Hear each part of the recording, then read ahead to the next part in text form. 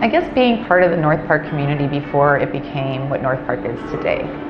Raising my children in the North Park community, South Park, finding families to grow with, really enmeshed me in the scene.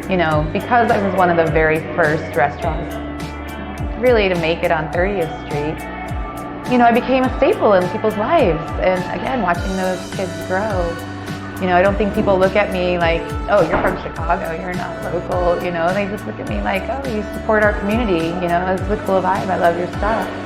In the early days, we used to have this joke in North Park that it was the same 20. It was just kind of revolving around because that's all we did. It was just us taking care of each other, and at the end of the night, my leftover pizza would feed the workers, and I mean, we were just a community.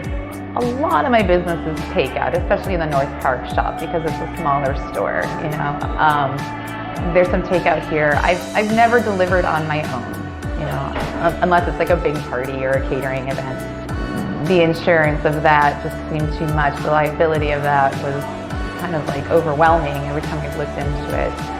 Recently, a lot of these delivery services have come in, and whether or not you're on their platform, they still come and they still deliver your food. So, I mean, I'm not going to be at the 32% mark because I don't really advertise for them. They don't advertise for me, maybe I'm 15% delivery right now. And I think about it, I think about how much more I could do by adding my own delivery, but it just seems overwhelming, I can't represent myself completely.